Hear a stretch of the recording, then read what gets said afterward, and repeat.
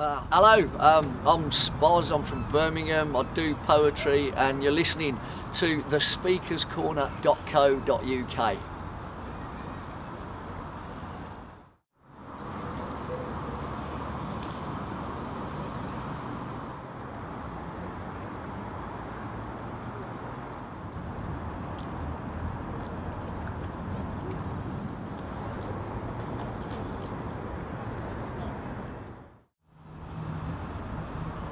As I listen to the radio spouting a lock 'em up mentality, the right-wing reality dawns with streams of words and no thoughts in the pauses, condemning the effects, though never questioning the causes. So, in a fit of frustration, I phoned up the radio station to offer my words of measured moderation. Yeah, right. Words that were meant with the best intent, though, seemed to fall lost on the ground. So I turned up my volume, but still no sound, as my words were met by walls of ignorance. So my face folded and frowned. Now, I know that facial expressions don't really work on radio, but were my words getting through? In hindsight, maybe no, because all I got was short shrift from the presenters moaning, and he was only really qualified to do a football phone-in. Didn't realise that to question the wherefores and whys is not to justify, not the same as condoning. And there he was, prescribing cures and pouring scorn on conditions that have been left to fester since, well, before I was born. So fed up of listening to his incessant shite, I wound up my words and I bid him good night. That's when it happened. All those words that, while I was on air, I wanted to say, turned up when I hung up. Ain't it always the way?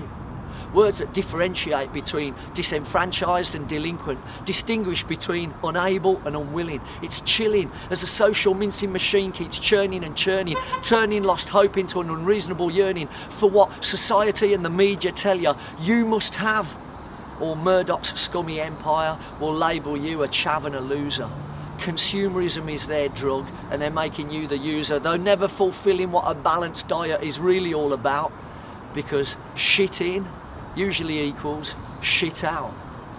So the lost boy loots and the lost girl screams as they clutch and cradle their dying dreams that are drowning faster than the last witch that was thrown into the gutter, the last apathetic disaster.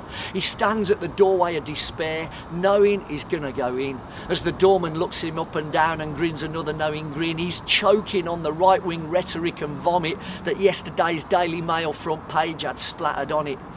Quick to judge, quick to anger, quick to reprimand, slow to understand. Corner any animal and it'll always bite your hand, because it's what he does and it's what his dad and his dad's dad did. They're only the dead dreams of the ASBO Kid. Then tomorrow in class, if he gets that far, the cycle starts again. The cycle of shame, the cycle of mental pain, the cycle that only ends when the chain breaks and the brakes make the wheel stop turning and start the learning. Because the next steps might be the ones to pastures greener, or at least to some pastures with some grass on, with hopes and dreams to pass on, with pavements and no broken glass on, and who knows, even a cup of tea and a croissant that's been bought and paid for from a local independent retailer rather than a corporate franchise. Seek the truth, don't laud the lies. Let's do up the laces of what a failed legacy undid. One less dead dream, one less ASBO Kid.